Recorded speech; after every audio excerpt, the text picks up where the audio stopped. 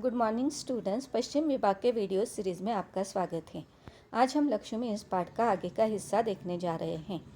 पहले वीडियो में हमने देखा कि लक्ष्मी को लेकर करामत अली बहुत ही चिंतित हैं।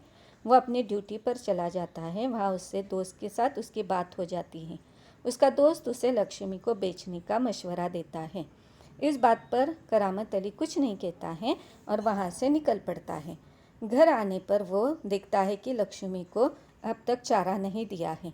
इस बात पर वो अपनी पत्नी से बात कर। पाठ का आगे का हिस्सा देखते हैं। 10-15 दिनों से यूं ही चल रहा था। एक दिन जब करामत अली ने पुआल लाने के लिए रमजानी से पैसे मांगे तो वह बोली, मैं कहाँ से पैसे दूँ? पहले तो दूध की बिक्री के पैसे मेरे पास जमा रहते थे, उनमें से दे देती थी, अब कहाँ से दूँ? लो, ये राशन के लिए कुछ रुपए रखे थे। कहते हुए रमजानी ने संदूकची में से 20 का नोट निकालकर उसे थामते हुए कहा, इससे लक्ष्मी का राशन ले आओ।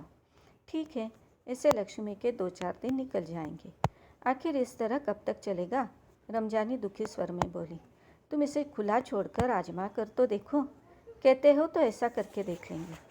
हम देखते हैं कि करामत अली लक्ष्मी के चारे के लिए रमजानी से पैसे मांगता है, लेकिन रमजानी कहती है, पहले दूध की बिक्री के पैसे मेरे पास रहते थे, लेकिन फिर वो संदूकची में से 20 रुपये का नोट करामत अली को देती है। इस पर दोनों में यह बातचीत होती है कि इससे 2-4 दिन निकल जाएंगे, लेकिन आगे क्या? उस पर रमजानी करामत अली को कहती है कि हम लक्ष्मी को खुला छोड़ देंगे। इस बात के लिए करामत अली भी तैयार हो जाता है। पाठ का आगे का हिस्सा देखते हैं। दूसरे दिन रहमान सवेरे 8-9 बजे के करीब लक्ष्मी को इलाके से बाहर, जहाँ नाला बहता है, जहाँ झाड़ झंकाड़ और कहीं धूप के कारण ज़मीन हरी नज़र आती है, छोड़ आया ताकि वह घास इत्यादि खाकर अपना कुछ पेट भर ले। लेकिन माँ बेटे को यह देखकर आश्चर्य हुआ कि लक्ष्मी 1-1.5 घंटे बाद ही घर के सामने खड़ी थी। उसके गले में रस्सी थी। एक व्यक्ति उस रस्सी को हाथ में थामे कह रहा था, यह गाय क्या आप लोगों की है? रमजानी ने हाँ कहा, यह हमारी गाय का सब चारा खा गई है। इसे आप लोग बांध कर रखें, नहीं तो कांजिया हाउस में पहुंचा देंगे। रमजानी चुप खड़ी आगंतुक की बातें सुन रही थी।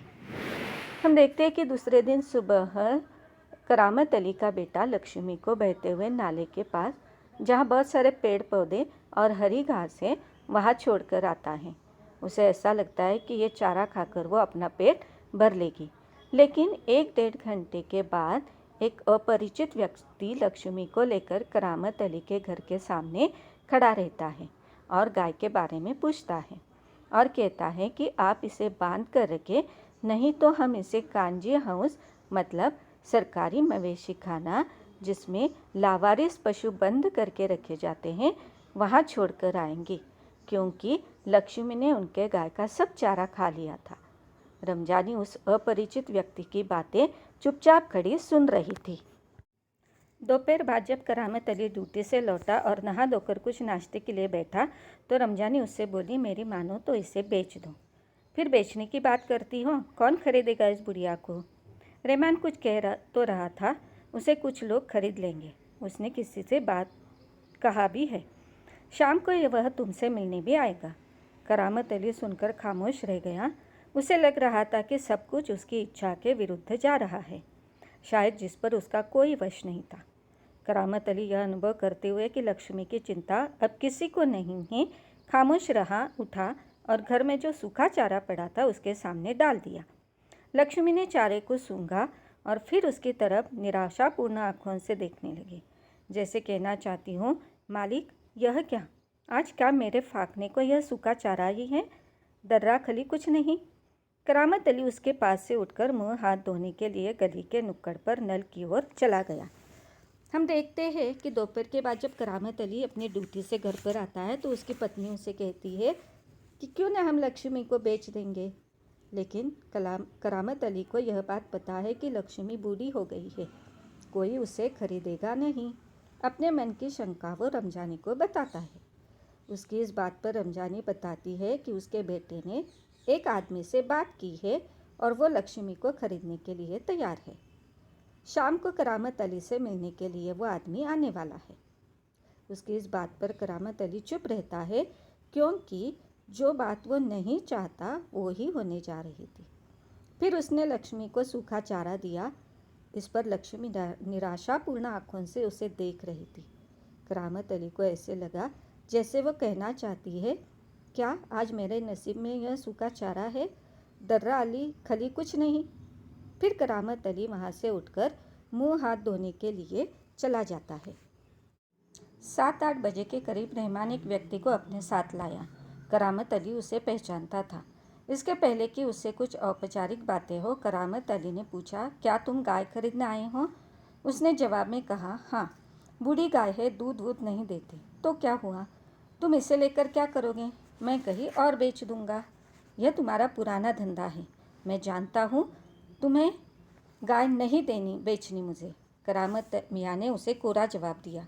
रमजानी करामत के चेहरे के भाव भांपती हुई बोली, क्या यह भी कोई तरीका है? आने वाले को खड़े खड़े दुत्कार कर भगा दो। तुम जानती हो वह कौन है? करामत अली ने कटु स्वर में कहा। वह लक्ष्मी को ले जाकर वहाँ बेच आएगा जहाँ यह टुकड़े टुकड़े होकर बिक जाएगी। मेरे दोस्त ज्ञान सिंह को इसका पता चल गया तो वह मेरे बारे में क्या सोचेगा? उस दिन करामत अली बिना कुछ खाए पिए रात को बिना बिस्तर की चारपाई पर पड़ा रहा। नींद उसकी आँखों से कोसों दूर थी। रात के समय करामत अली का बेटा रहमान 7-8 बजे के करीब एक आदमी को लेकर आता है। करामत अली और उसकी बातें हो जाती हैं। करामत अली उसे बताता है कि गाय बूढ़ी हो गई है, दूध नहीं देती। फिर तुम इसे लेकर क्या करोगे? उस पर वह व्यक्ति बताता है वह गाय को कहीं और बेच देगा। इस पर करामत अली उसे सीधा जवाब देता है कि उसे गाय नहीं बेचनी है, क्योंकि करामत अली उस व्यक्ति को जानता है। फिर वह आदमी चला जाता है। फिर रमजानी करामत अली को पूछती है, क्या यह भी कोई तरीका है घर पर आए व्यक्ति से इस तरह बात करने का? इस पर करामत अली कहता है वो लक्ष्मी को ले जाकर वहाँ बेचेगा जहाँ उसके टुकड़े टुकड़े होंगे, और यह बात मेरे दोस्त को अगर पता चली तो वह मेरे बारे में क्या सोचेगा? इस तरह परेशानी के कारण करामत अली बिना कुछ खाए पिए चारपाई पर पड़ा रहा। लेकिन रात काफ़ी निकल चुकी थी। सवेरे देर तक वह लेटा ही रह गया। कुछ देर बाद करामत अली ने चारपाई छोड़ी, मुंह हाथ धो घर से बाहर निकल पड़ा। लक्ष्मी के गले से बंधी हुई रस्सी को खूंटे से खोली और उसे गले से बाहर ले जाने लगा। रमजानी जो दरवाजे पर खड़ी यह सब देख रही थी, बोली, इसे कहाँ ले चलें? करामत अली ने कहा, जहाँ इसकी किस्मत में लिखा है। वह लक्ष्मी को सड़क पर ले आया। लक्ष्मी बिना किसी रुकावट या हुज्जत के उसके पीछे पीछे चली जा रही थी। वह उसकी रस्सी पकड़े सड़क पर आगे की ओर चलता चला गया। चलते चलते कुछ क्षण रुककर वह बोला, लक्ष्मी चल, अरे गौशाला यहाँ से 2 किलोमीटर दूर है। तुझे गौशाला में भर्ती करा दूंगा, वहाँ इत्मीनान से रहना। वहाँ तू हमारे घर की तुलना में मज़े से रहेगी। भले ही मैं वहाँ न रहूँ, पर जो लोग भी होंगे मेरे ख्याल में तुम्हारे लिए अच्छे ही होंगे। मैं कभी कभी तुम्हें देख आया करूँगा, तब तुम मुझे पहचानोगी भी या नहीं, खुदा जाने। कहते है करामत अली का गला भर आया, उसकी आंखों में आंसू उतर आए। चल लक्ष्मी चल, जल्दी जल्दी पैर बढ़ा। और वह खुद किसी थके मांदे बूढ़े बैल की तरह भारी कदमों से आगे बढ़ने लगा। हम देखते हैं कि अंत में करामत अली बहुत सुबह देर तक चारपाई पर लेटा पड़ा रहता है। उसे समझ में नहीं आ रहा था कि क्या करे। फिर मन में कुछ सोचकर वह लक्ष्मी को लेकर घर से बाहर निकलता है। रमजानी उसे पूछती है, इसे कहाँ लेकर जा रहे हो? उस पर वह कहता है कि जहाँ इसकी किस्मत में लिखा है। लक्ष्मी भी उसके पीछे पीछे चुपचाप जा रही थी। रास्ते में करामत अली ने लक्ष्मी को बताया कि वह उसे गौशाला लेकर जा रहा है जहाँ वो इत्मीनान से रहेगी, और वो यह भी कहता है कि अगर वह उसे देखने आएगा तो पता नहीं वो उसे पहचानेगी या नहीं। इस तरह हम देखते हैं कि गरीबी के कारण करामत अली लक्ष्मी को खिलाने पिलाने में भी असमर्थ था, और अंत में वह लक्ष्मी को गौशाला में भर्ती करा देता है। अनुपयोगी प्राणियों के प्रति अमानवीय व्यवहार का हृदयद्रावक चित्रण कहानी में दिखाई देता है। पाठ में आए कठिन शब्दों के अर्थ: दूब, हरी घास, झाड़ झंकाड़ पेड़ पौधे, आगंतुक अपरिचित व्यक्ति, कांजी हाउस सरकारी मवेशी खाना।